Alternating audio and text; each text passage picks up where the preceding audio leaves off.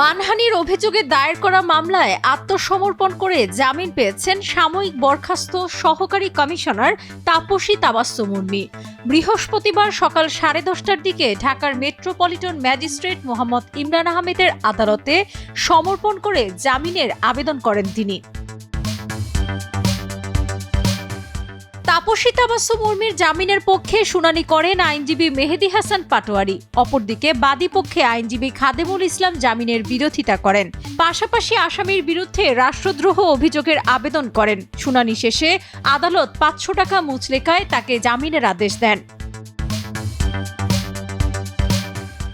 এর আগে গত 8 অক্টোবর শহীদ আবু সাইদ সহ অন্য শহীদদের নিয়ে বিরূপ মন্তব্যের অভিযোগে তার বিরুদ্ধে ঢাকার আদালতে মানহানির মামলার আবেদন করেন গণ অধিকার পরিষদের উচ্চতর পরিষদ সদস্য ও গণমাধ্যম সমন্বয়ক আবু হানিফ। 8 অক্টোবর আমরা পল্টন থানার বিজ্ঞ আমলি আদালতে একটি মামলা করি। মানহানি এবং হুমকির অভিযোগে দণ্ডবিধির 500, 501 এবং 506 ধারার অভিযোগ আনয়ন করা হয়েছিল।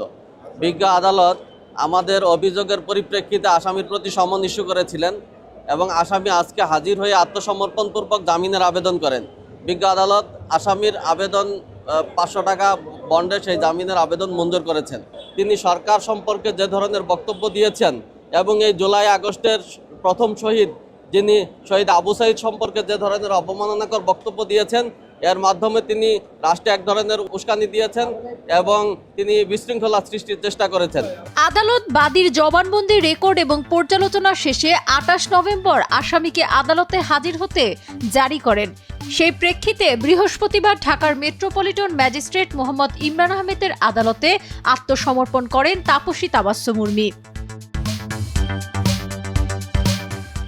মামলার অভিযোগে বলা হয়েছে, গত 5 অক্টোবর তাপসী তাবাস্সুম মুন্নী ফেসবুকে একটি পোস্ট দেন।